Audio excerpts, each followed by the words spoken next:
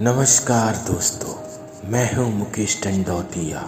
कहानियाँ लिखता हूँ फिर आपको सुनाता हूँ। आज अपने कहानी संग्रह से एक कहानी लेकर आया हूँ जिसका शीर्षक है सवाल जिंदगी भर के लिए, पार्ट 1।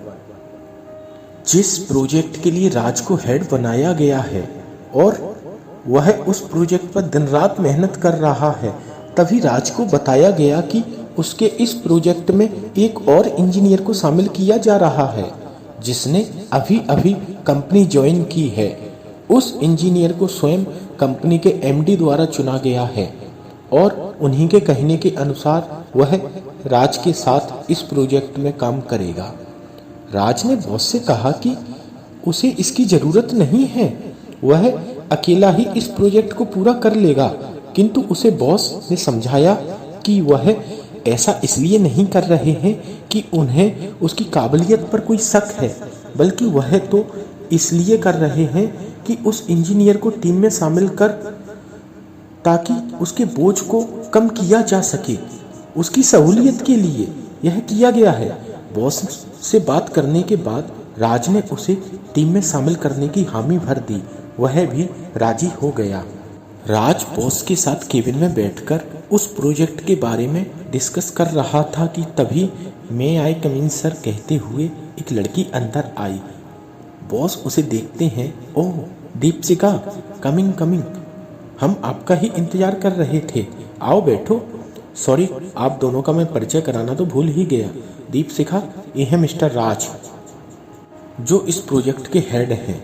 तभी दीपशिखा राज को देखकर एक पल के लिए सहम सी जाती है। उसकी जुबान भी लड़खड़ाने लगती है। वह राज की तरफ हाथ बढ़ाकर जुबान को संभालते हुए है हेलो सर। फिर बॉस बोलना चालू होते हैं और राज, ये है मिस दीपशिखा, इस प्रोजेक्ट में शामिल होने वाली नई इंजीनियर। तो मिस दीपशिखा, ये आपके बॉस मिस्टर राज, आप राज के अधीनस्थ काम करेंगी। जी सर, दीपशिखा ने बॉस से कहा। बॉस, दीपशिखा और राज बैठकर उस प्रोजेक्ट पर चर्चा करने लगते हैं। किंतु राज के अंदर तो समुद्र की गहराइयों में उठने वाली लहरों के समान तूफान उठ रहे थे। वह दीपशिखा को देखकर अचंभित हो गया। उसे लगा मानो उसके दिल की मुराद पूरी हो गई हो, कोई चमत्कार हो गया हो। सब कुछ ऐसा मानो वह कोई सपना देख रहा हो और वह अभी भी उस सपने में खोया हुआ है। राज को प्रोजेक्ट पर ध्यान न देते हुए तथा विचारों में यूं खोया हुआ देखकर बॉस उससे कहते हैं, क्या हुआ राज, तुम ठीक तो हो? कहाँ खोए हुए हो? क्या सोच रहे हो? बॉस के सवालों से राज चौंक जाता है। वह हड़बड़ाते हुए कहता है, आई एम फाइन सर।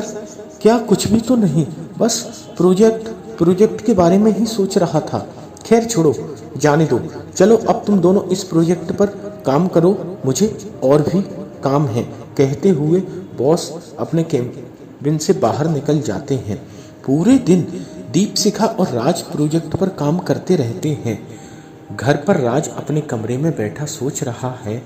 वही मदमस्त निगाहें, वही गुलाबी होठ, वही मध्यम मुस्कुराहट, माथे पर लटकती हुई जुल्फों को सांसों से उड़ाने की वही अदा। चेहरे में कोई फर्क नजर नहीं आ रहा। जैसा 8 साल पहले देखा था वही चेहरा आज फिर सामने आ गया। दीपशिखा, जिसे कहां कहां नहीं ढूंढा, हर चौराहे पर, हर गली में घूम घूम कर शहर में शायद ही कोई गली चौराहा बचा हो जहां दीपशिखा को न ढूंढा हो। 8 साल से जिसका चेहरा हर पूर्णिमा के चांद में दिखता था, आज उसे सामने पाकर राज हैरानी और खुशी से अचंभित था। वह अभी भी विश्वास नहीं कर पा रहा है कि यह दीपशिखा ही है। पूरे दिन एक साथ काम करने के बाद भी वह अपनी आंखों पर यकीन नहीं कर पा रहा है। वह अभी भी सोच रहा है कि कहीं यह कोई सपना तो नहीं देख रहा है। सोचते सोचते वह पुरानी यादों में खो जाता है। राज ने स्कूली शिक्षा पूर्ण कर प्री इंजीनियरिंग टेस्ट की तैयारी के लिए कोचिंग क्लास ज्वाइन की। राज पढ़ने में बचपन से ही होशियार और होनहार था। वह पढ़ाई के अलावा कभी किसी अन्य बातों पर ध्यान ही नहीं देता था। उसकी दोस्ती यारी का दायरा भी केवल पढ़ने लिखने वाले लड़कों तक ही सीमित था। एक दिन राज अपनी कोचिंग के बाहर दोस्तों के साथ खड़ा था। वह लोग सर के आने का इंतजार कर रहे थे कि तभी राज की नज़र सामने खड़े उसके दोस्तों को से निकलती हुई एक लड़की पर ठहर गई। वह लड़की अपनी दो सहेलियों से बातें करती हुई चली आ रही है। वह बैग जिसमें किताबें रखी हों को सीने से लगाए दोनों हाथों को आपस में जोड़े हुए जैसे ही उसकी नज़र राज से मिली तो वह मध्यम मुस्कुराहट के साथ अपने माथे पर झूल रही चंद जुल्फों को सांसों से उड़ाती है। राज उसे देखता है तो देखते ही रह जाता है। उसे एक अजीब सी गुनगुनाहट दिल की धड़कनों में महसूस होती है।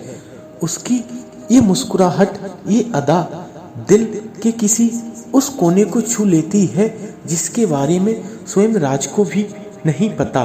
दिल के अरमान लहरों की तरह जाग जाते हैं। उसे अपना बनाने की इच्छा, उसे पाने की चाहत, एक अजीब सा आकर्षण जो राज को उसकी तरफ खींचते ले जा रही है। अनायास ही उसके दिल में शब्द बनने लगे। उसके दिल ने दिल में कहा, दिल की किताब का पन्ना चुरा ले गया कोई, नींद आंखों से उड़ा ले गया कोई, पीने की आदत नहीं थी हमें, जाम निगाहों से पिला गया कोई। तभी राज को उसकी खामोशी से बाहर निकालते हुए उसका दोस्त सजैल उसे आवाज देता है, हे राज, कहाँ खो गया? चल सर आ गए। क्या? हाँ चलो सर आ गए। तू तो ऐसे खो गया था जैसे किसी के प्यार में डूबकर कोई आशिक अपनी सुध-बुध खो बैठता है। उसे अपने आसपास का होश ही नहीं रहता, बस अपनी प्रेमिका के ख्वाबों में डूबा रहता है। सजैल की इस प्रकार की बातों से एक पल तो राज खामोश हो जाता है, किंतु फिर तुरंत ही अपनी खामोशी को तोड़ते हुए कहता है, नहीं यार, ऐसा कुछ नहीं है। तुझे लगता है कि मैं भला किसी से प्यार कर सकता हूँ? नो नेवर, कभी नहीं। तो फिर उस लड़की को देखकर कहाँ खो गया था? सजैल राज पर सवाल दागता है और फिर कहता है, हाँ, मेरी नज़र तुझ पर ही थी। मैं देख रहा था कि तेरी नज़र उस लड़की पर पड़ी तो पड़ी ही रह गई। ऐसा क्या लगा उस लड़की में कि तू उसे देखता ही रह गया? पता नहीं यार, एक अजीब सा आकर्षण था। मुझे ऐसा लग रहा है कि ऐसी लड़की मैंने आज तक नहीं देखी। उसकी वो चेहरे की मासूमियत के साथ मध्यम मुस्कुराहट, उसकी बालों को सांसों से उड़ाने की अदा बड़ी प्यारी लगी। राज की बात सुनकर सजैल उससे कहता है कि मतलब तुझे प्यार हो गया? पहली नज़र का पहला पहला प्यार? फिर सजैल को राज जवाब देता है, नहीं यार, प्यार व्यार कुछ नहीं। प्यार तो मैं सिर्फ अपने माता पिता से और अपनी किताबों से करता हूँ। सजैल राज की पीठ पर हाथ रखते हुए कहता है, देखता हूँ कब तक स्वीकार नहीं करता अपने प्यार को, और वो जब यह प्यार का एहसास जागता है ना, तब सारी दुनिया फीकी लगने लगती है। तू अपनी बकवास बंद कर और चल कुछ पढ़ाई कर ले। वह उसका हाथ झटकता है। पूरा दिन बीत गया, लेकिन उसका वह चेहरा उसकी आंखों से नहीं हट रहा। आज वह उस चेहरे के कारण पढ़ लिख भी नहीं पा रहा है। किताब उठाकर पढ़ने बैठे तो वही मुस्कुराया हुआ चेहरा, लिखने बैठे तो वही जुल्फों को उड़ाने की अदा, आंख बंद कर सोने की कोशिश करे तो वही लड़की उसे सामने खड़ी महसूस हो। ये क्या हो गया है उसे? ये कैसी अजीब सी बेचैनी है जो मीठा मीठा सा दर्द का एहसास जगा रही है? क्या कहीं यही वो लड़की तो नहीं जो उसकी जिंदगी, उसकी हमसफर हो? कहीं उसे प्यार? नहीं नहीं, जिस लड़की को मैंने पहली बार देखा, जिसके बारे में मैं कुछ नहीं जानता, यहाँ तक कि उसका नाम तक नहीं, उससे प्यार कैसे? कैसे मैं उसे अपना बनाने की सोच सकता हूँ? नहीं, कभी नहीं। तो फिर ये क्या है? कैसा नशा है जो मुझे सोने भी नहीं दे रहा? ये कैसी बेचैनी है जिसमें बेचैन रहना भी अच्छा लग रहा है? रात बीत गई। अगले दिन फिर कोचिंग क्लास में राज अपनी कोचिंग क्लास में बैठा गर्दन झुकाए हुए रजिस्टर में अपने सवालों में उलझा हुआ है। वह उन्हें सुलझाने की कोशिश कर रहा है कि तभी उसकी नज़र आगे की तरफ बैठी उस लड़की पर पड़ती है जो उसे ही देखकर मुस्कुरा रही है। राज से उसकी नज़र टकराते ही वह उसकी अदा से अपने बालों को भी उड़ाती है और अपनी मध्यम मुस्कुराहट के कायम रखती है। राज पल भर में ही उससे नजरें हटाकर अपने सवालों को सुलझाने लगता है, किंतु अब उसके दिल में सैकड़ों सवाल और घुमड़ने लगते हैं। वह अब उसके बारे में जानने के लिए उत्सुक हो जाता है। वह जानना चाहता है कि यह क्या चाहती है, कौन है ये, क्या नाम है इसका, वगैरह वगैरह। क्लास खत्म होने के बाद राज और सजैल निकल रहे हैं।